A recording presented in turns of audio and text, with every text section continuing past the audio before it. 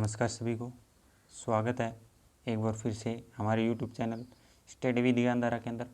जैसा कि आप सभी को पता है, हम लेके आ रहे हैं लगभग सभी राजस्थान जीके के टॉपिक प्लस साइंस के टॉपिक से कुछ टॉपिक, और इनकी जो क्लासें हैं लगभग वन शॉट या फिर कई जो बड़े टॉपिक होते हैं, इन बड़े टॉपिकों की कुछ मर्ज 2-3 क्लासें लेके आते हैं, ताकि जो चीज़ हमारे मॉडर्न हिस्ट्री से संबंधित मान लो, राजस्थान कल्चर से संबंधित मान लो, या फिर राजस्थान ज्योग्राफी से संबंधित मान लो, जो टॉपिक कई बार ऐसी होती हैं कि हमें बार बार उनको रिवाइज करना पड़ता है, चीज़ें याद नहीं रख पाते हैं, या फिर मैं ये मानूँ कि कई टॉपिकों के अंदर जो ऐसे कई टॉपिक है, जैसे मॉडर्न हिस्ट्री के अंदर आप देखते हो 1857 की क्रांति है, किसान आंदोलन है, ये वो टॉपिक है जिनको हमें बार बार पढ़ना पड़ता है, और इनके वेटेज थोड़ा एग्ज़ाम के अंदर राजस्थान हिस्ट्री के अंदर देखें तो बहुत ज़्यादा थोड़ा रहता है। ठीक है, हर एग्ज़ाम के लगभग राजस्थान के अंदर इन टॉपिकों से क्वेश्चन आते हैं। तो वैसे ही इसी कड़ी में जोड़ते हुए हमारी जो राजस्थान के लोकगीत है आज जो होने वाली है, और राजस्थान के जितने भी लोकगीत हैं वो हम याद करने वाले हैं, बिल्कुल सिंपल और सिंपल तरीके से, और शॉर्ट वीडियो के माध्यम से हमें देखेगी कि लगभग हो सके तो लगभग सारे ही मैंने ये लोकगीत ले लिए हैं। फिर भी यदि कोई छूट जाता है तो कह नहीं सकते, पर लगभग आपको ये मान के चलना है कि लगभग सारे ही लोकगीत आज की इस वीडियो में हम कंप्लीट करेंगे। ठीक है, चलिए शुरू करते हैं एक बार फिर से। आज का जो हमारा टॉपिक है राजस्थान के लोकगीत। ठीक है, और ये मेरे हैंड रिटन नोट्स हैं, और RBSC वगैरह बुक्स में ये हर वीडियो के अंदर बताता हूँ कि ऑथेंटिक बुकों से या फिर राजस्थान के जो हम जितने भी बड़े बड़े टीचर्स मानते हैं उनके नोट्स वगैरह मर्ज करके मैंने ये नोट्स बनाए हैं। ठीक है, और इन नोट्सों को यदि आप खुद अपने हाथ से हैंड रिटन लिखते हो तो बहुत अच्छी बात है, फिर भी यदि नहीं लिख पाते हो किसी कारणवश तो आप सुन लेंगे तो भी आपके लिए बहुत बेनिफिट है। ठीक है, तो चलिए शुरू करते हैं राजस्थान के लोकगीत। राजस्थान के लोकगीतों में पहला है कि क्या है राजस्थान के लोकगीत, क्यों गाए जाते हैं गीतों, कारण क्या है इसका। तो मैं यदि मानूं कि राजस्थान के मानव के मन के अंदर उत्पन्न विचारों के गीतों के माध्यम से प्रस्तुत करना लोकगीत है। अपनी भाषा के अंदर एक आनंददायी प्रणाली के अंदर, आनंददायी भाव के अंदर हम गाते हैं किसी चीज़ों को, किसी सुरों को, तो वह गीत का रूप ले लेती है। गीतों के ऊपर कुछ व्यक्ति, प्रतिष्ठित व्यक्ति है जिनके ऊपर उन्होंने कुछ चीज़ें बोली हैं कि ये कैसे चित्र है या लोकगीत हमारी क्या चीज़ है, क्या लगता है। तो मैं आपको बता देता हूँ कि देवेंद्र सत्यार्थी के द्वारा कहा गया है कि लोकगीत है वो किसी संस्कृति के मुख बोले चित्र है।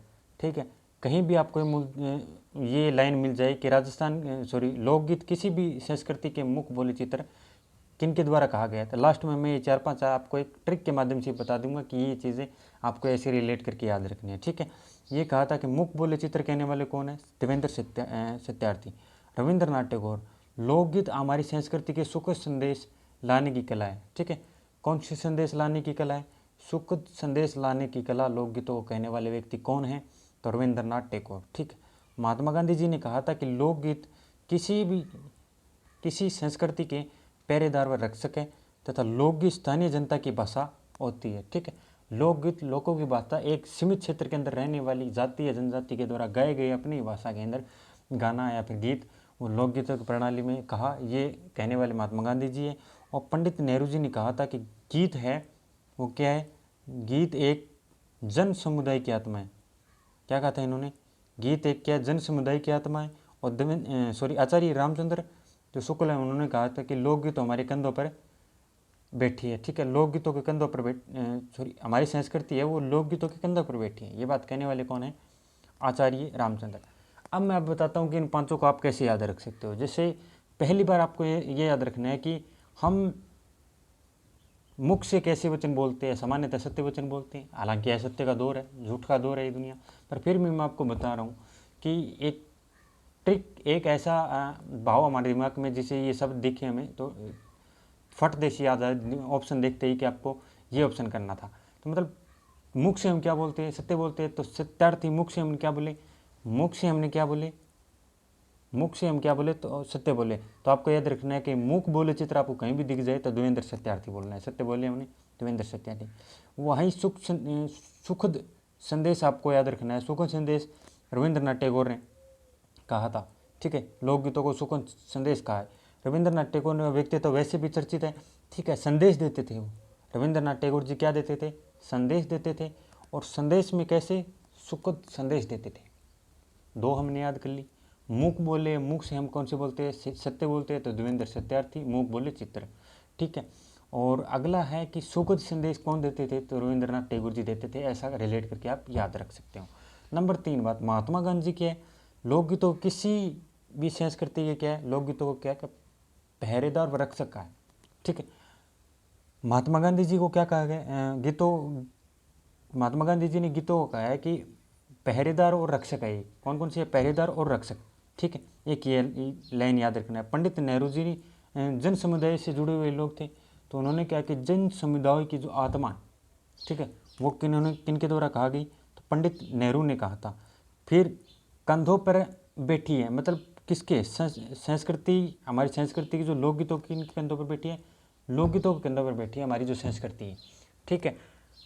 रामचंद्र जी किन के कंधों पर बैठे थे? तो हनुमान जी के कंधों पर बैठे थे। तो ऐसा आप रिलेट करके याद रख लें कि रामचंद्र जी कंधों पर बैठे थे। मतलब कहने का अर्थ ये है कि जो हमारी संस्कृति है वो लोकगीतों के कंधों पर बैठी है, ठीक है। तो आपको कंधों पर बैठे हुए ऐसे याद रखना है कि कौन बैठे थे कंधों पर? तो रामचंद्र जी। तो आचार्य रामचंद्र शुक्ल।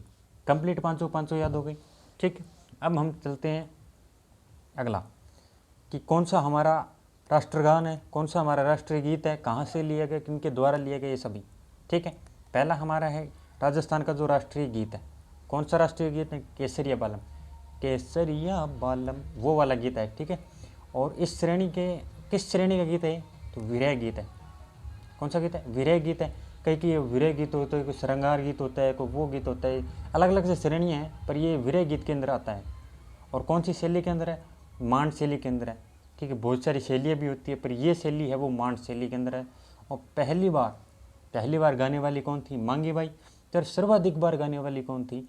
अल्लाह जिलाबाई, ठीक है। मांगी बाई ने सर्वप्रथम कहाँ पे गाया था? उदयपुर में गाया था। तो हमारा जो राज्य गीत है उसके पर कौन सा गीत है, उसके बारे में थोड़ा बता देता हूँ। कौन सा गीत है? केसरिया बालम, ठीक है। और किस श्रेणी का गीत है? विरह गीत है। किस शैली के अंदर है? तो मांड शैली के अंदर। पहली बार गाने वाली मांगी बाई है, सर्वाधिक बार गाने वाली अल्लाह जिलाबाई। ये हो गया हमारा राज्य गीत। अब बात आती है राष्ट्रीय गीत की। राष्ट्रीय गीत कौन सा है? जैसे वंदे मातरम। तो वंदे मातरम गाने वाले व्यक्ति कौन थे? बंकिम चंद्र चटर्जी के द्वारा गाया गया। किस उपन्यास से लिया गया? तो आनंद मठ उपन्यास से लिया गया। क्वेश्चन ये भी पूछा गया है, एग्जाम मेरे को ध्यान में नहीं है, परंतु क्वेश्चन पूछा गया कि आनंद मठ उपन्यास से लिया गया था। सर्वप्रथम 1896 में कांग्रेस के कोलकाता अधिवेशन में भाग लिया, ठीक है। सर्वप्रथम 1896 के अंदर कांग्रेस के कोलकाता अधिवेशन में गाया गया, ठीक है। कब? 1896 के अंदर। 1905 के अंदर कांग्रेस के बनारस अधिवेशन में राष्ट्रीय गीत के रूप में अपनाया गया था। समय लगता है लगभग 35 सेकेंड। याद रखना, वंदे मातरम बंकिम चंद्र चटर्जी के द्वारा आनंद मठ उपन्यास है। और सर्वप्रथम 1896 के अंदर जो कांग्रेस का कलकत्ता अधिवेशन होता है उसके अंदर गाया गया था, ठीक है। अपनाया गया था इसे बनारस अधिवेशन के समय 95 के अंदर, ठीक है। 1905 के अंदर इसको राष्ट्रीय गीत के रूप में अपनाया गया था। लगभग 65 सेकेंड इसके अंदर टाइमिंग जो एक पीरियड होता है वो लगता है। अब हम देखते हैं राष्ट्रीय गान, चर्चा करते हैं राष्ट्रीय गान की कि हमारा जो राष्ट्रीय गान है वो कौन सा है। तो जन गण मन अधिनायक वही राष्ट्रीय गान है। और गाने वाले व्यक्ति कौन है? रविंद्रनाथ टैगोर जी। कौन है? रविंद्रनाथ टैगोर, ठीक है। किस उपन्यास से लिया गया था? गीतांजलि उपन्यास से लिया गया था ये। और सर्वप्रथम 1911 के अंदर कांग्रेस ने कोलकाता अधिवेशन में गाया गया, ठीक है। कहाँ गाया गया था सर्वप्रथम? तो कोलकाता अधिवेशन के अंदर और 1911 के अंदर, ठीक है। कौन सा है राष्ट्रीय गान? जनगण मन अधिनायक रविंद्रनाथ टैगोर के द्वारा गीतांजलि उपन्यास से लिया गया था। समय था 1911 और कांग्रेस के कोलकाता अधिवेशन में। अब हम जिक्र करते हैं कि राजस्थान के लोकगीतों की। पहले मैं ये बात करता हूँ कि अब आए हम राजस्थान के लोकगीतों के ऊपर। सर्वप्रथम तो इस चीज़ के बारे में जिक्र करूँगा कि हम जो लोकगीत पढ़ने वाले हैं वो जो और पढ़ाते हैं हम उस तरीके से नहीं पढ़ेंगे। मैं आपको बता देता हूँ कि हम जो लोकगीत पढ़ने वाले हैं वो एक क्षेत्रीय विशेष आधार पर, एक रीति रिवाजों के आधार पर दोनों को अलग अलग डिवीज़न करेंगे और उस आधार में पढ़ेंगे। कि कई बार ये होता है कि क्वेश्चन पूछ लिया जाता है कि अरावली के उत्तरी पूर्वी क्षेत्र में गाए जाने वाले गीत भी कई बार पूछ लिएगा, ठीक है। कई बार ये भी पूछ लिया जाए कि मैदानी क्षेत्र का कौन सा गीत है। तो हमें जरूरी नहीं कि गीतों के बारे में पता हो तो ये क्वेश्चन सही किया जा सकता है। कई बार स्टेटमेंट वाला वो क्वेश्चन ऐसा दे देगा कि उसमें समस्या हट जाएगी, इसमें ऑप्शन करें तो कौन सा करें। उस चीज़ को ध्यान में रखते हुए हमने डिवीज़न करके हम पढ़ेंगे, ताकि हमारा जो क्वेश्चन आने वाला है, कथन निष्कर्ष का मान लो, कथन कारण का मान लो, ठीक है। कई बार स्टेटमेंट वहाँ से लंबी लंबी स्टेटमेंट दे देता है, समझ में नहीं आता, लोकगीतों बारे में कुछ क्वेश्चन पूछा गया है। आजकल ऐसा है, एक सीधे फैक्ट आधारित क्वेश्चन कम पूछ रहे हैं, लैंग्वेज वाले थोड़ा ज़्यादा क्वेश्चन जा रहे हैं, ठीक है। इन क्वेश्चनों को ध्यान में रखते हुए हमने गीतों को पूरी डिटेल के अंदर पढ़ने वाले हैं, ठीक है। राजस्थानी गीत क्षेत्रीय लोकगीत है, एक हम पढ़ेंगे धार्मिक लोकगीत और रिवाजों के लोकगीत। मैं बोल रहा हूँ ये कहीं भी डिवीज़न लिखा नहीं गया है, ये हमने मन से बनाया, क्योंकि हम जो तरीके से ये चीज़ें बनाई हैं वो चीज़ें हमारे एग्ज़ाम के अंदर अप्लाई हो। जो क्वेश्चन है आज बड़े बड़े स्टेटमेंट वाले क्वेश्चन आ रहे हैं वो सही हो, उसके आधार पर हम पढ़ने वाले हैं। जैसे पहला क्षेत्रीय लोकगीत कौन कौन से थे, धार्मिक हमारे कौन कौन से, और रिवाजों के लोकगीत कौन कौन से। बीच में मिक्स नहीं हुआ, कभी धार्मिक वाला आ गया, कुछ क्षेत्रीय वाले आ गए, नहीं, विस्तारित रूप से अलग अलग तरीक़ों से हम पढ़ने वाले हैं, ठीक है। पहला इसके अंदर क्षेत्रीय के अंदर मरुस्थलीय लोकगीत, फिर पर्वतीय लोकगीत, फिर मैदानी लोकगीत, ठीक है। ये हो गया क्षेत्रीय के अंदर पढ़ने वाले, क्योंकि क्षेत्र है भाई, मैदानी क्षेत्र है, पर्वतीय क्षेत्र है, मरुस्थलीय क्षेत्र है, वो क्षेत्र वाले। और एक रिवाजों के अंदर कुछ डिवीज़न है, जैसे जन्म पर गाए जाते हैं, कुछ विवाह पर भी गाए जाते हैं और कुछ मृत्यु पर भी गाए जाते हैं, वो हम देखने वाले हैं। तो चलिए शुरू करते हैं। पहला जो एक तरह का हम क्षेत्रीय लोकगीत पढ़ने वाले हैं, कौन से क्षेत्रीय, जैसे क्षेत्रीय लोकगीतों के अंदर पहले मरुस्थलीय क्षेत्र लगभग राजस्थान का उत्तरी और पश्चिमी क्षेत्र के अंदर जितना भी क्षेत्र हम, या पश्चिमी मान लो, उत्तर और पश्चिमी क्षेत्र जो हम, या फिर पश्चिमी क्षेत्र जिसके अंदर मरुस्थलीय क्षेत्र का विस्तार है, उस विस्तार के अंदर गाए जाने वाले सामान्यतः लोकगीत कौन कौन से हैं उनके बारे में। जैसे पहले पाला, ठीक है। पाला का अर्थ क्या है, पाला का अर्थ ये है कि वो पाला वो नहीं, पाड़ा अलग है, सर्दी वाला पाला अलग है। ये पाला वो होता है जैसे झाड़ियों के पत्ते नहीं होते, झाड़ियों के पत्तों को सूखने के बाद उसे पाला कहा जाता है, जो सामान्यतः बकरियों की चराने के अंदर काम आ जाता है, ठीक। वो पाला, तो वो पाला क्या है, दाम्पत्य प्रेम का लोकगीत। पश्चिमी क्षेत्र के अंदर आपको पता है खेजड़ी, झाड़ी, किंकर, बबूल, यही चीज़ें होती हैं, और सामान्यतः महिलाएं पहले इन्हीं को देखकर समय गीत गाया करती थी।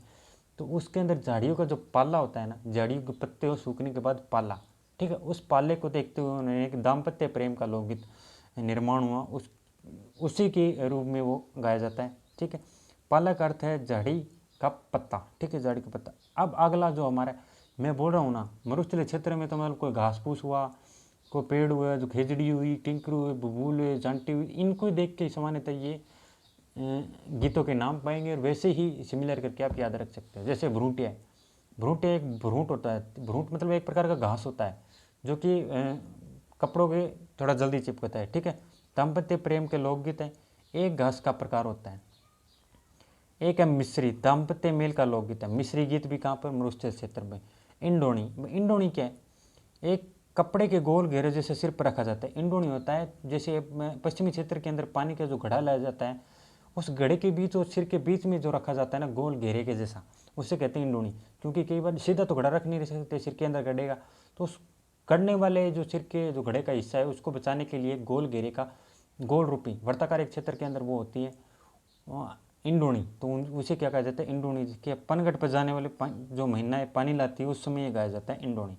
एक पणिहारी, पणिहारी मतलब प्रतिव्रता धर्म पर अटल रहने पर संदेश इस लोकगीत में है। मतलब जब महिलाएं पनघट पे पानी लाती है तो उस समय ये भी गीत गाया जाता है, पणिहारी, ठीक है। आपने देखा हुआ है, कई बार सुना होगा, राजस्थान के अंदर आज से लगभग 10 या 15 साल पहले सामान्यतः जो गीत चलते थे पश्चिमी क्षेत्र के, वो इसी तरीके से चलते थे कि महिलाएं पानी ला रही है, ठीक है। तो उन्हीं गानों को सिमिलर करके आप याद रख सकते हो। जैसे पणिहारी, तो महिलाएं पानी ला रही है, अपनी प्रतिव्रता धर्म को क्या निभा रही है, वो अपने अटल रहने का संदेश वो दे रही है कि प्रतिव्रता धर्म पर मैं अटल हूँ, पत्नीव्रता पर, पतिव्रता, हाँ पतिव्रता, ठीक है। अगला है निम्बुड़ा। बालोतरा क्षेत्र में लंगा जाति के द्वारा गाए जाने वाला प्रमुख लोकगीत वो कौन सा है, निम्बुड़ा। बालोतरा बाड़मेर क्षेत्र है, अभी बालोतरा और बाड़मेर, बालोतरा क्षेत्र अलग है। तो बालोतरा क्षेत्र के अंदर सामान्यतः जो गाया जाने वाला किस जाति के द्वारा, लंगा जाति के द्वारा गाया जाने वाला गीत कौन सा है, वो निम्बुड़ा है। आपको ये ध्यान में रखना है। अगला जो हमारा है, या फिर निम्बुड़ा भी बोल सकते हो इसे, एक नारंगी एक और होता है। निम्बुड़ा तथा नारंगी गीत माध्यम से एक महिला अपनी प्रियतम को गर्भवती होने की सूचना देती है। पहले गर्भवती होती थी, या फिर पीहर जाती थी, या फिर ससुराल आती थी, या फिर कहीं और जो जिनके पुरुष बाहर काम करते थे उनके लिए विरह गीत या फिर ऐसे बहुत सारे गीत हैं वो गाए जाते थे। उन्हीं को ध्यान में रखते हुए जैसे एक प्रियतम को गर्भवती होने का जो संदेश है वो अपने पति को दे रही है, उस गाने का नाम क्या है? नारंगी या फिर निम्बुड़ा। खट्टा मतलब आप ऐसे याद रख लेना खट्टा, तो निम्बुड़ा जो कि एक गर्भवती महिला को अपने पति को संदेश देने के लिए सामान्यतः काम में लिया जाता था। मतलब एक सॉन्ग है। मोरिया सॉन्ग क्या है? मोरिया सॉन्ग प्रसिद्ध एक माउंट आबू या सिरोही क्षेत्र के अंदर, ठीक है, बारात आगमन की प्रतीक्षा में, सगाई के पश्चात विवाह की देरी का संदेश, और युवती ने इस मतलब दो मेजर काम आता था मोरिया गीत। पहला तो माउंट आबू सिरोही के अंदर गाया जाने वाला गीत है, एक बारात की जो आगमन की जो प्रतीक्षा है उसके अंदर, और दूसरा है सगाई के पश्चात विवाह की देरी के समय गाए जाने वाले गीत है, वो है मोरिया। वो गाना नहीं कि मोरिया बोलो रे ढलती रात में, तो मोरिया एक जिसकी महिला की सगाई हो चुकी है और अभी तक शादी नहीं हुई, तो वो जो गीत गाया करती थी तो वो मोरिया गीत था, ठीक है। अब ये पपैया, एक विवाहित कन्या जो अपने प्रेमी विवाहित युवक को मिलने हेतु उपवन में बुलाती है तथा युवक द्वारा नहीं पहुंचने पर प्रेमिका उसकी पत्नी को संबोधित करते हुए यह गीत मिलाती है। कोई मतलब पपैया वो है। पपैया गीत मैं आपको बता देता हूँ क्योंकि मतलब एक महिला है जो कि एक महिला है ये दूसरे व्यक्ति को जो बुलाती है जिसका विवाह हो चुका है तथा वो व्यक्ति बुलाने पर नहीं आता है, तब वो उसकी पत्नी की जो संबोधित करके जो गीत गाया जाता है वो पपैया गाया जाता है, ठीक है। एक कोआवर कागा, ठीक है, मरु प्रदेश के अंदर गाया जाने वाला एक विरह गीत कोआवर कागा।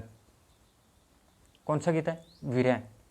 कुरंजा गीत मतलब एक विरह गीत है। कुरंजा एक प्रवासी पक्षी है। कौन सा पक्षी है? कुरंजा आपने सुना होगा, कुरंजा पक्षी जो कि रूस से कहाँ आया था? भारत आया था। तो राजस्थान में कुरंजा शरणस्थली खींचन गाँव फलोदी के अंदर है, ठीक है। छगनबेन ने राजस्थान में जो सर्वोदय गतिविधियों हेतु अपना केंद्र बनाया वो खींचन गाँव कहाँ पे बनाया था? फलोदी के अंदर, ठीक है। एक महिला सरपंच भी बनी थी। कौन है? छगनबेन, राजस्थान की पहली महिला सरपंच, यही छगनबेन। ऐसे कुछ मैंने करंट अफेयर थोड़ा सा रिलेट कर दिया इसके अंदर, पर मोटा मोटे तौर पे आपको याद रखना है कि कुरंजा एक विरह गीत है जो कि पश्चिमी राजस्थान के अंदर जो एक प्रवासी पक्षी है जो कि कहाँ से आया था? रूस से भारत आया था। तो कुरंजा की जो शरण स्थली है वो खींचन गाँव है। बस आपको ये याद रखना है कि कुरंजा एक विरह गीत है, इतना याद रख लो तो भी बहुत है, ठीक है। अगला हमारा जोरावा मतलब मरु प्रदेश में जैसलमेर जिले का एक विरह गीत है जोरावा। कई बार क्षेत्र विशेष का नाम पूछ लिया जा रहा है कि कहाँ गीत गाया जाता है जोरावा, तो वो कहाँ पे गाया जाता है? वो गाया जाता है हमारे जैसलमेर के अंदर, ठीक है। अब है लावणी का अर्थ है बुलावा देना तथा विरह गीत, ठीक है। कौन सा है? लावणी का अर्थ है बुलावा देना और बुलावा देना। लावणी वो लावणी मत समझ लेना आप, खेत वाली लावणी, वो लावणी नहीं है। ये लावणी का अर्थ है बुलावा देना तथा विरह गीत। अगला है पीपली है कि वर्षा ऋतु में विरहणी द्वारा गाया जाने वाला गीत है पीपली। किस ऋतु में? वर्षा ऋतु के अंदर विरहणी के द्वारा गाया जाने वाला गीत अपनी पति की याद में, वो कौन सा है? विरह गीत, सॉरी पीपली गीत। अगला है केवड़ा, एक रतन राणा, काचबा और एक घुघरी, ठीक है। ये मरु प्रदेश के प्रेम गीत हैं। रतन राणा, काचबा, घुघरी और केवड़ा ये सभी आभूषण के नाम हैं। कौन से नाम है? ये सभी आभूषण के नाम हैं, और ये आभूषण के नाम के कारण ये सारे कौन से गीत है? प्रेम गीत है। मरु प्रदेश के अंदर गाए जाने वाले प्रेम गीत जो कि आभूषणों पर है, जैसे केवड़ा, रतन राणा, काचबा और घुघरी, ये सारे क्या हैं? आभूषण हैं। एक तो केवड़ा याद रखना है, रतन राणा याद रखना है, और काचबा याद रखना है, और घुघरी याद रखना है मरु प्रदेश के। लीलगढ़ अर्थ है ओढ़नी, ठीक है। संयुक्त परिवार में परंपरा प्रदेशित लोकगीत एक वो एक सॉन्ग नहीं है कि लील रंग दे रे मानू ओजू रंग दे, वही गीत कौन सा है? लीलगर है, ठीक है। वही गीत एक लीलगर है। लीलगर का अर्थ है ओढ़नी रंगने वाला, उसको संबोधित किया गया है उस गाने के अंदर, ठीक है। लीलगर अर्थ क्या है? ओढ़नी रंगने वाला। आगे मुमल बहुत बड़ा है और बहुत अच्छा है, कई बार क्वेश्चन पूछ लिया जाता है। आजकल तो इस पर नहीं पूछते हैं। आप 2015 और 20 के अंदर जितने भी एग्जाम देखोगे तो आप मुमल का क्वेश्चन सामान्यतः मिल जाएगा आपको ऑप्शन। बहुत बहुत मतलब वो चर्चित उस समय की ये कहानी थी, और उस दौर के अंदर 4-5 साल के अंदर जितने भी एग्जाम हुए, प्रत्येक एग्जाम के अंदर ये मुमल वाला आपको क्वेश्चन मिल जाए। आजकल थोड़ी सी ये कहानियों पर क्वेश्चन थोड़े कम पूछे जा रहे हैं, ठीक है। उस समय बहुत चर्चित में हुआ था ये मुमल। तो लोदरवा के जो जैसलमेर की राजधानी थी वो कौन थी? मुमल, ठीक है। एक श्रृंगारिक लोकगीत है, सामान्यतः आपको याद रखना है, जिसमें मुमल का जो नक्शिक है तक सुंदरता का वर्णन किया गया है। प्रसिद्ध इसके जो कलाकार है वो धापू खां बांडली है, ठीक है, जिनका निधन 2021 के अंदर हो गया था। पर आपको याद रखना कलाकार कौन है? धापू खां बांडली। तथा वाद्य यंत्र बजाए जाने वाला कामाचा, ये थोड़ा सा इंपॉर्टेंट है, मैं आपको बता देता हूँ। कामाचा मुमल नृत्य के अंदर बजाए जाने वाला जो वाद्य यंत्र वो कौन सा है? कामायचा। वाद्य यंत्र वो कौन सा है? कामायचा। कि लोद्रुआ जैसलमेर की राजधानी, यह एक श्रृंगारित गीत है जिसमें मुमल का सुंदरता का वर्णन किया गया तथा प्रसिद्ध कलाकार धापू खां बांडली है, और साथ ही जो वाद्य यंत्र बनाया गया है वो उसका नाम था कामायचा, ठीक है। और महेंद्र और मुमल की प्रेम कथा मीनाक्षी स्वामी ने लिखी थी। किसने लिखी थी?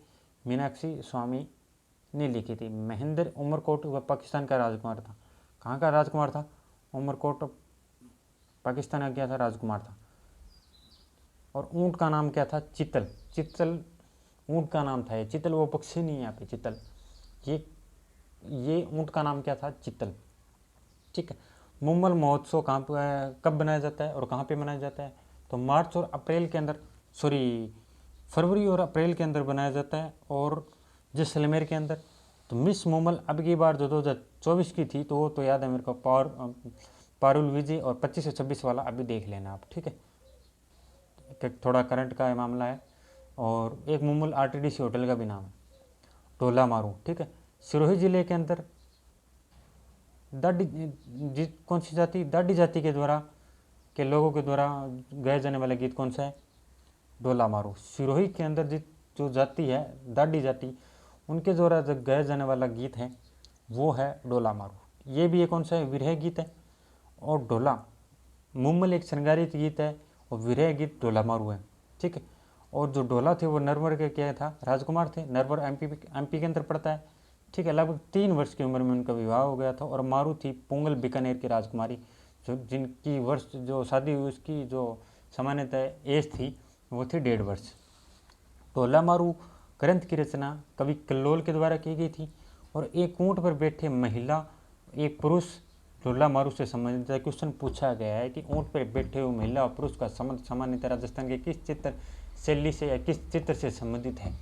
तो उस समय आपको ऑप्शन करना है डोला मारू, ठीक है।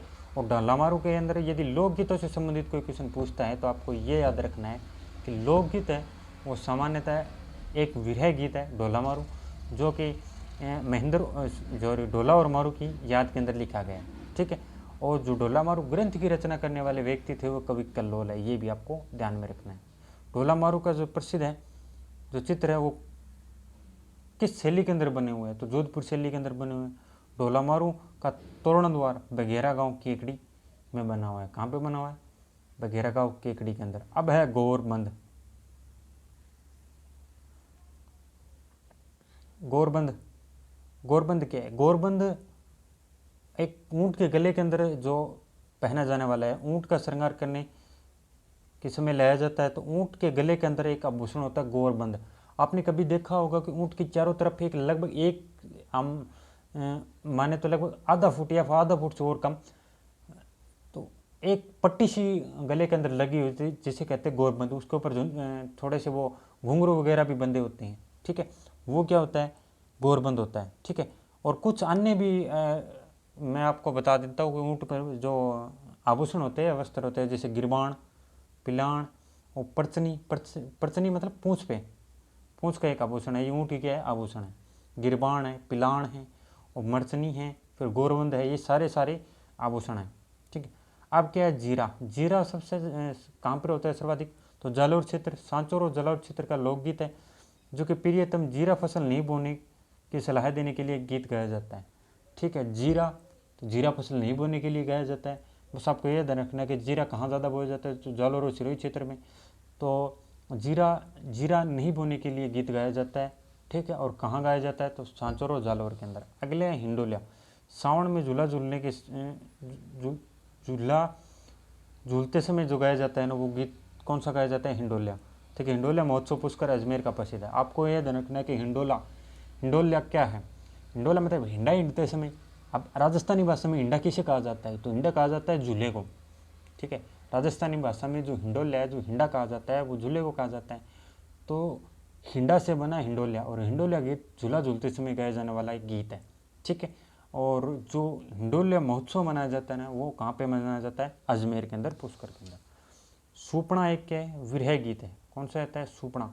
सुपना मतलब सपना, सपना से एक कौन सा याद रख सकते हो आप, विरह गीत। अब एक कल्लाल, कल्लाल मतलब शराब क्रेता और विक्रेता के मध्य वाद विवाद का वर्णन करता है।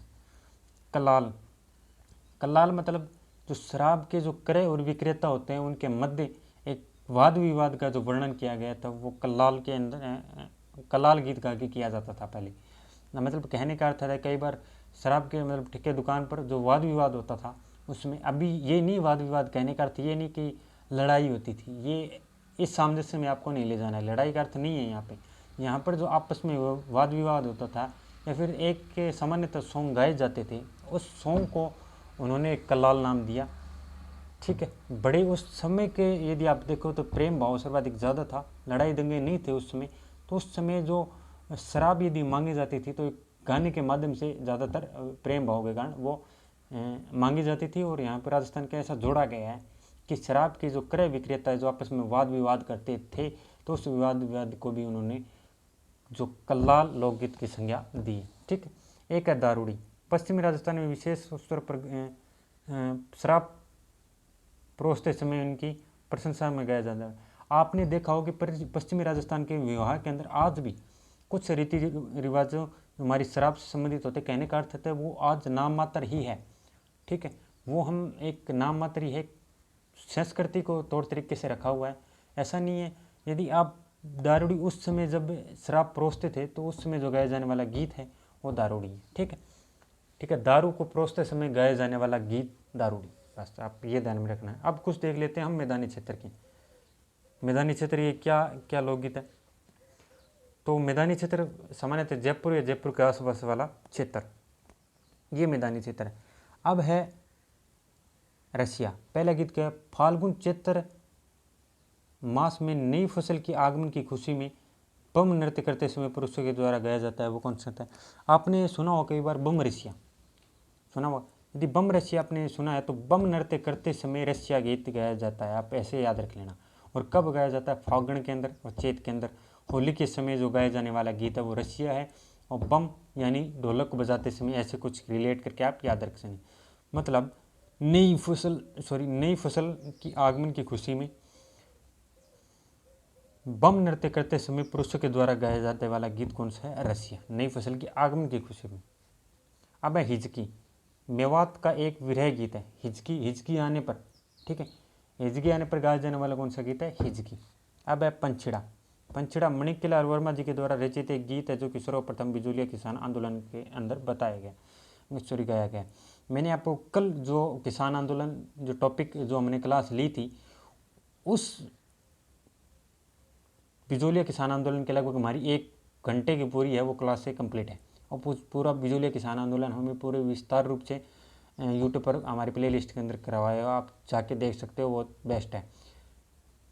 आप उस चीज़ को देखते हो कि पंछड़ा है जो गीत है वो मणिकलाल वर्मा जी के द्वारा गाया गया था। ठीक है, मणिकलाल वर्मा जी। अब मैं यहाँ पूछ लूँ कि कब गाया गया था बिजोलिया किसान आंदोलन के, ये आपको कमेंट में बताना है कि पंछड़ा गीत मणिकलाल वर्मा जी के द्वारा जो गीत गाया गया था वो बिजोलिया किसान आंदोलन के अंदर किस समय गाया गया था। ठीक है, ये समय आपको बताना है कि उस समय क्या ऐसी चर्चित चीज़ें थी जिस समय भी उन्होंने जो पंछड़ा गीत गाया था। ठीक है, वर्तमान में ढूंढाड़ क्षेत्र में मेले में गाया जाने वाला एक गीत है। ठीक है, वाद्य यंत्र अलगोजा साथ में बजाया जाता है।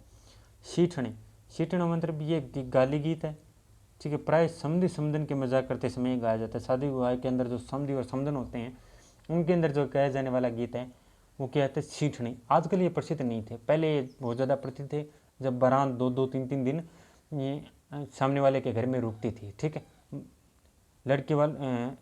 लड़के वालों को जब शादी करने जाते थे तो लगभग 2-2, 3-3 दिन बारात वहाँ पे रुकती थी। तो उस समय जो गाया जाने वाला है, ठीक है, विवाह के समय समधि और समधन के द्वारा वो सीठने गाली गीत है। पर्वतीय क्षेत्रों के हम कुछ देख लिए। और पर्वतीय कौन कौन से क्षेत्र होते हैं, जैसे हाड़ौती वाला देख लो आप, मेवाड़ वाला देख लो और वागड़ वाला देख लो। इस क्षेत्र के अंदर हम आज जो गीत गाए जा रहे हैं उनके बारे में जिक्र करते हैं। जैसे चिरमी गीत। चिरमी एक पौधा होता है, चिरमी नाम का एक पौधा होता है। ससुराल के अंदर जो पीहर जाने हेतु भाई व पिता की प्रतीक्षा में चिरमी गीत गाया जाता है, ठीक है। यह मालवा का मुख्य गीत है, मालवा प्रदेश का मुख्य गीत है। जब महिला ससुराल के अंदर होती थी, कई कई दिन उन्हें रहते हुए हो जाते थे, तब वो छत पे चढ़ के गीत गाती थी। कौन सा गीत, चिरमी गीत। तब घर वालों को ये पता लग जाता था कि ससुराल वालों को कि अब इसका मन है वो गांव जाने के लिए कर रहा है। तो तब कौन सा गीत गाया जाता था उस समय, चिरमी गीत, ठीक है। कौन सा गीत गाया जाता था, चिरमी गीत। और कहाँ का प्रदेश का है, ये मालवा प्रदेश का सर्वाधिक प्रसिद्ध गीत है। चलिए शुरू करते हैं। अब है बिछुड़ा। कौन सा होता है, अब बिछुड़ा गीत। बिछुड़ा मतलब हाड़ौती क्षेत्र में एक बिच्छू काटने पर बिछुड़ा गीत गाया जाता है। हाड़ौती प्रदेश के अंदर सर्वाधिक लोकप्रिय गीत है। बिच्छू काटने के बाद अपने प्रियतम को दूसरा विवाह करने का जो संदेश वो दिया जाता था उसके अंदर। बिछुड़ा गीत मतलब ये होता था कि पहले भ्रम ज़्यादा था, कहने का अर्थ है पहले भ्रम ज़्यादा थे कि बिच्छू ने काट लिया तो जीवन समाप्त है, ठीक। हालांकि एक सवा या फिर 2% मुश्किल से चांस होता है कि बिच्छू काटने से मृत्यु हो। 99% सब बकवास है और झूठी भी बातें। तो सामान्यतः उस समय ज्ञान नहीं था उतना। तो बिच्छू काटने के बाद एक गीत गाया जाता था, तो बिछुड़ा। और बिछुड़ा गीत के अंदर ये संदेश दिया जाता था प्रियतम को कि आप दूसरी शादी कर लेना, ठीक है। तो वो बिछुड़ा गीत के अंदर गाया जाने वाला गीत। और किस कहाँ पर, तो हाड़ौती क्षेत्र के अंदर। अब कांगसिया गीत। कांगसिया गीत पर्वतीय क्षेत्रों में गाया जाने वाला एक श्रृंगारित गीत है। कौन सा गीत है, श्रृंगारित गीत है। और कहाँ गाया जाता था, तो पर्वतीय क्षेत्रों के अंदर गाया जाने वाला गीत कौन सा है, श्रृंगारित गीत। अब है सुवटियो। सुवटियो तो भील जनजाति का एक विरह गीत है। सुवटियो कौन सा है, भील जनजाति का एक विरह गीत। हमसिडो भील जनजाति का एक युगल गीत। आपको याद रख लेना है। जैसे पर्वतीय क्षेत्र के अंदर श्रृंगारिक जो लोकगीत है वो कौन सा है, वो कांगसियो। मतलब कंगा क्या काम आता है, श्रृंगार करने के लिए, तो उससे रिलेट करके आप याद रख सकते हो कांगसियो। पर्वतीय क्षेत्रों में गाया जाने वाला जो लोकगीत है वो कांगसियो हो गया। और भील जनजाति के द्वारा गाया जाने वाला विरह गीत वो सुवटियो हो गया। और भील जनजाति का युगल नृत्य वो हमसिडो हो गया। रिलेट हो जाएगा, ठीक। अगला जो हमारा जो लोकगीत है, जैसे लालर, पटेलिया, बिछिया, माच्छर, ऊँट की सवारी, नाव की सवारी, पर्वतीय क्षेत्र आदिवासियों के लोकगीत है, ठीक है। किन के लोकगीत है, पर्वतीय क्षेत्र के आदिवासी के जो लोकगीत है वो कौन कौन से, जैसे लालर, पटेलिया, बिछिया, माच्छर, ऊँट की सवारी, नाव की सवारी। आपको ये ध्यान में रखना है कि क्या पर्वतीय क्षेत्र में ऊँट की सवारी संभव है कि सर नहीं संभव, नाव की सवारी संभव है क्या नहीं संभव, ठीक है। और दो तो आप ऐसे याद रख सकते हो, जहाँ संभव नहीं हो वहाँ गीत गाए जाते हैं, क्योंकि चीज़ें देखी नहीं तो वो गाने के माध्यम से प्रस्तुत करते हैं, ठीक है। ऊँट की सवारी, नाव की सवारी, मच्छर, पिछिया, पटेलिया और लालर, ऐसे आप याद रखें। 2-3 बार ऐसे लगातार बोलोगे ना, लालर, पटेलिया, बिछिया, मच्छर, ऊँट की सवारी, नाव की सवारी, लालर, पटेलिया, बिछिया, मच्छर, ऊँट की सवारी, नाव की सवारी, लालर, पटेलिया, बिछिया, मच्छर, ऊँट की सवारी, नाव की सवारी, तो भी आपको याद हो जाएगा, ठीक है। और ये गीत किसके, आदिवासी के गीत है, पर्वतीय क्षेत्र के। अगला जो हमारा जो गीत है कुंभकर्ण, कहने का अर्थ कुंभकर्ण गीत है, लोकगीत है राजस्थान का। सोचने वाली बात है कि आपने कभी पहले सुना था कुंभकर्ण गीत, मैं आपको बताता हूँ आज। एक तो नारंगिया और एक कुंभकर्ण गीत। जैसे बूंदी महोत्सव के समय वीर रस में गाया जाने वाला एक लोकगीत, ठीक है। और कुंभाहाड़ा की समर्थी में गाया जाने वाला भी कौन सा है, लोकगीत है। मेवाड़ महाराणा लाखा के काल में मिट्टी के तारागढ़ की रक्षा करते हुए कुंभाहाड़ा शहीद हो गए, जिनकी याद में गाया जाने वाला कुंभकर्ण लोकगीत है। अब कुंभकर्ण से आपको ऐसे रिलेट करके याद मत रख लेना कि कुंभकर्ण होने के लिए, वो कुंभकर्ण नहीं है, ये कुंभहड़ा की याद के अंदर गाया जाने वाला गीत है, वो कुंभकर्ण गीत है। अब मैं आपको बताता हूँ कि क्वेश्चन कैसे पूछे जाते हैं, ठीक है, कि क्या तरीके, क्या क्या क्वेश्चन पूछा है, जो मैंने हालांकि आंसर टिक कर रखे हैं, मेरे को करने नहीं चाहिए थे, परंतु फिर भी आप थोड़ा सा एक बार देखना कि कैसे क्वेश्चन जो हमारे विभाग के द्वारा पूछे गए हैं।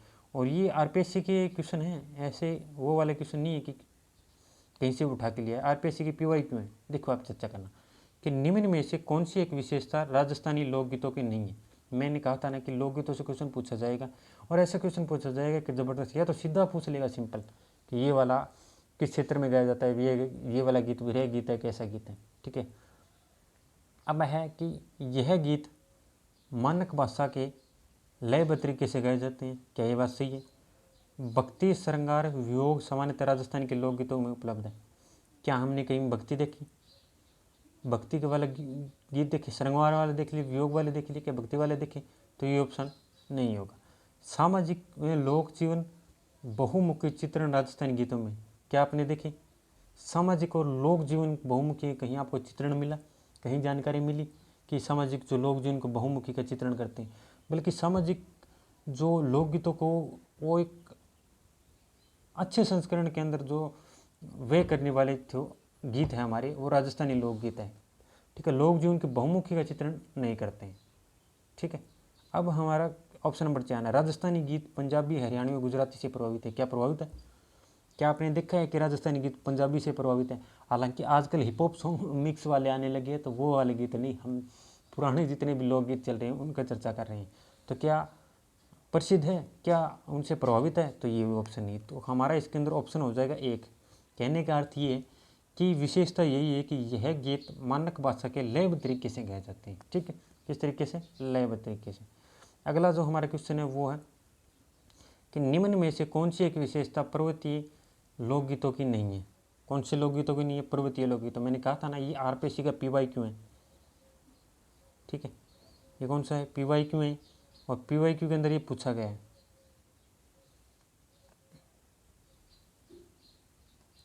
ये पीवाई क्यू क्वेश्चन है, और पीवाई क्यू क्वेश्चन के अंदर मैं आपको बताऊं कि इसने पर्वतीय क्षेत्र की विशेषता पूछी है। किसकी विशेषता पूछी है, पर्वतीय गीतों की, ठीक है। पहला ऑप्शन क्या है, इस क्षेत्र में अधिकांश गीत आदिवासियों द्वारा गाए जाते हैं। क्या ये बात सही है।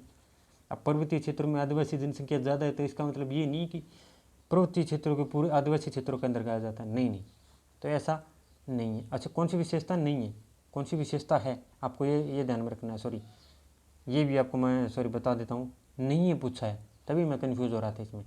इसने पूछा नहीं है, ठीक है नहीं है पूछा इसने। मैं एक बार फिर से ऐड कर देता हूँ इसको, हाँ नहीं है पूछा है। पर्वतीय क्षेत्रों की विशेषता नहीं है, नहीं है। आदिवासी तो द्वारा किया जाता है, आदिवासी क्षेत्र है पर्वतीय क्षेत्रों के अंदर, बहुलता उनकी है, तो उनके कारण क्या है, ये ऑप्शन सही है। पर्वतीय क्षेत्रों में लंबे स्वर तथा उच्च ध्वनि के गीत गाए जाते हैं। क्या ये बात सही है। पर्वतीय क्षेत्रों में कहीं मैंने बताया कि लंबे टायर वाले गीत गाए जाते हैं, नहीं। पर्वतीय क्षेत्र के गीत छोटे, ठीक है, छोटे और निम्न ध्वनि के होते हैं। कहने का अर्थ होता है नीची आवाज़ के अंदर गाया जाता है। आदिवासी मरुस्थलीय क्षेत्र के अंदर की ये विशेषता है। ये विशेषता किसकी है, मरुस्थलीय क्षेत्र की विशेषता है, तो इसका ऑप्शन हो जाएगा 2। पर्वतीय क्षेत्रों में अधिकांश गीत युगल गीत होते हैं। क्या ये बात सही है, तो सही है, युगल गीत होते हैं। और फाल्गुन और चैत्र मास में सर्वाधिक गीत गाए जाते हैं, ये बात भी सही है, तो ये बात भी सही है। उच्च और लंबा स्वर, वियोग इत्यादि विशेषण मरुस्थलीय क्षेत्र के, मैंने बताया था ना, यहाँ लिखा था कि उच्च लय के स्तर के, उच्च ध्वनि के स्तर के जो सामान्यता है मरुस्थलीय क्षेत्र की विशेषता। तो ये 2 क्वेश्चन मैंने आपको एग्जाम्पल दिए कि ऐसे क्वेश्चन लोकगीतों के अंदर भी पूछे जा सकते हैं। बड़े अच्छे लेवल के क्वेश्चन थे दोनों के दोनों। तो ऐसा करके हमने लगभग लोकगीतों की जो विशेषता है वो पूर्ण कंप्लीट कर ली है। मुझे नहीं लगता कि शायद एक आध क्लास इसको और लूँगा मैं, मुझे लगा तो। और फिर भी आप इतना भी याद कर दें तो हमारे क्वेश्चन होने की, मतलब सही होने की संभावना बहुत ज़्यादा है। और आप देख लेना, यदि इसकी और क्लास लगानी है तो आप कमेंट कर देना, मैं इसकी एक और क्लास लगा दूंगा। और बहुत अच्छे तरीके से मैंने समझाया है लोकगीतों को, शानदार तरीके से समझाया, क्षेत्र विशेष को आधारित करके लोकगीतों को मैंने आपको समझाया, ठीक है। थोड़ी सी मेरी बोलने की जो शैली है वो थोड़ी सी तेज़ है। मैं धीरे धीरे कोशिश कर रहा हूँ कि अपने जो बोलने का सत्र है वो धीरे करूँ, ठीक है। ये मुझे भी लग रहा है। एक दो कमेंट भी आया कि सर आप थोड़ा सा तेज़ बोलते हो, बोलने की धीमी यदि मैं कर लूँ गति तो बी बेस्ट और सुधर जाएगा। धीरे धीरे कोशिश जारी है इस चीज़ पे भी, ठीक है। तो चलिए मिलते हैं आगे किसी नई वीडियो के अंदर। ऐसे ही प्यार बनाए रखें और चैनल को यदि वीडियो पसंद आई तो लाइक शेयर एंड सब्सक्राइब जरूर करें। और अच्छी वीडियो के साथ मिलूँगा, वन शॉट के साथ मिलेंगे। और एक मैं सॉरी बता देता हूँ, अभी किसान आंदोलन की जो एक हमारी सीरीज चल रही है जिसके अंदर हमने बिजोलिया किसान आंदोलन पढ़ लिया है, ठीक है। बाकी किसान आंदोलन हम धीरे धीरे साथ पढ़ने वाले हैं, तो जुड़े रहें इसी चैनल के साथ। राजस्थान जिक के साइंस फैक्ट दोनों ही मिक्स करके चलेंगे। और साथ ही मैं बता देता हूँ अगले कुछ दिनों के बाद मैं साइकोलॉजी का मैं आपको बता देता हूँ कि साइकोलॉजी के अंदर रीड के अंदर मेरे लगभग 27 से 28 ही थे। साइकोलॉजी की मैं बहुत बेस्ट करने जा रहा हूँ। और सीटेट के अंदर भी मैं लगभग मेरे 22 से 23 से ही थे, ठीक है, सीटेट के अंदर भी। तो मैं आगे जो धीरे धीरे है ना, इसको एक साइकोलॉजी की मैं धीरे धीरे इसके चैनल के अंदर आपको क्लासें मिलेगी।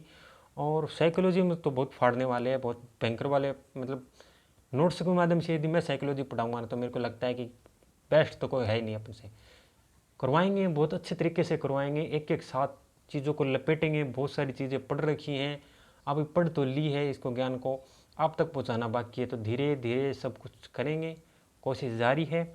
यदि आपका सपोर्ट रहा तो जल्दी इसके ऊपर चैनल के अंदर बहुत भयंकर वाली क्लास है, वो भी वन शॉट नोट्स आधारित शॉर्ट मैटर आपके सामने उपलब्ध होगा, जिसको बार बार आप रिवीजन भी कर सकते हो कंप्लीट एक पूरे टॉपिक के साथ, ठीक है। यूट्यूब पे आप कहीं भी चले जाओ, मुझे नहीं लगता कि एक टॉपिक लगभग 40-45 मिनट के अंदर आपको पूरा संपूर्ण नोट्स के साथ कहीं मिल जाएगा।